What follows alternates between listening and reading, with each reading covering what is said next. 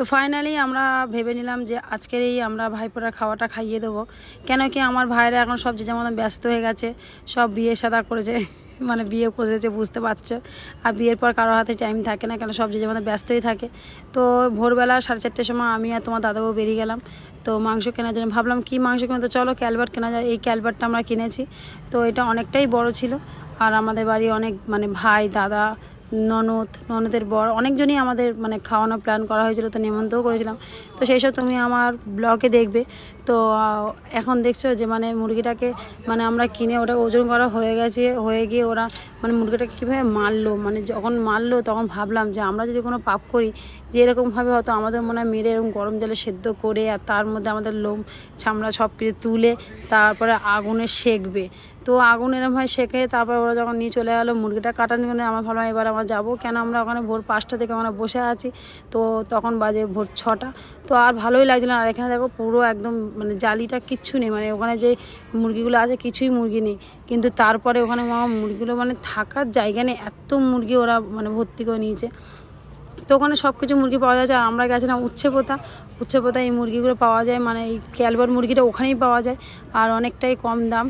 তো দেখো তোমাদের একটা শেয়ার করি, এই যে জুতোটা এটা কিন্তু ওট নয়, এটা ওর ঠাম্মির। ও ঘুম চটকায় আমাদের সাথে উঠে এসছে বলে ওর জুতো পরতেই ভুলে গেছে, ওর ঠাম্মি জুতো পরে চলে এসছে। তো এই মুরগিটা এতটাই শক্ত, কাটতে গিয়ে মানে ওনার খুবই অসুবিধা ছিল। আর ওরা তো স্মার্ট আছে এইসব কাটার জন্য, আমরা হয়তো অসুবিধা হয়। তো আমরা ওই জন্য গোটা মুরগি কিনে ওখানেই কেটে নিয়ে এসেছি। তো দেখো পুরো টেটাই ভর্তি হয়ে গেছে। তো এই দেখো মুরগিটা কাটানোর জন্যে মানে পুরোটা চালা করেছে, তারপরে দাওয়ালি দিয়ে জোরে জোরে কোপ মেরে কাটছে। তারপরে আমরা কিছু জিনিস নিয়ে হাঁটছি, কেন কি ভোরবেলাতে এখানে দাঁড়িয়ে আছি, তো কী করবো, তো একটু ইয়ার্কি ঠাট্টা মারা হচ্ছে। তো এই যে দেখো তোমার ভাইটা কেমন হাসছে, তো এই যে কোপ মারছে। আর তার মধ্যে আমাদের নেওয়া হয়ে গেছে কমপ্লিট। তো উনি বললো যদি দুবার ছিঁড়ে যায়, তো 2টো প্লাস্টিকও না, ওই 3টে প্লাস্টিক আমাদের দিয়ে দিয়েছে। কেন কি আমরা গাড়ির মানে ঘুম চাটকা ভুলে চলে এসেছি কিছু না নিয়ে। তো এই যে আমরা রাস্তা রওনা দিলাম। তো ওয়েদারটা এত সুন্দর সকালটা, মানে আমরা যখন সকালবেলা উঠি 4:30 তখন খুবই ঠান্ডা লাগছিলো। তো তারপর দেখো আমরা রুবিতে পৌঁছে গেলাম। তো এখানে রুবিতে যখন পৌঁছে গেলাম আমরা চলে এলাম খাসির মাংস কেনার জন্য। কেন কি তোমাদের ভাই বলে যে খাসি মাংস খাবে, তো ওই জন্য তোমার দাদাবাবু নিয়ে চলে গেল ভাইয়ের জন্য খাসির মাংস আনার জন্য। তো এই যে আমার ছেলে, ওর খুবই ইচ্ছা হয়েছে খাসি মাংস খাবে।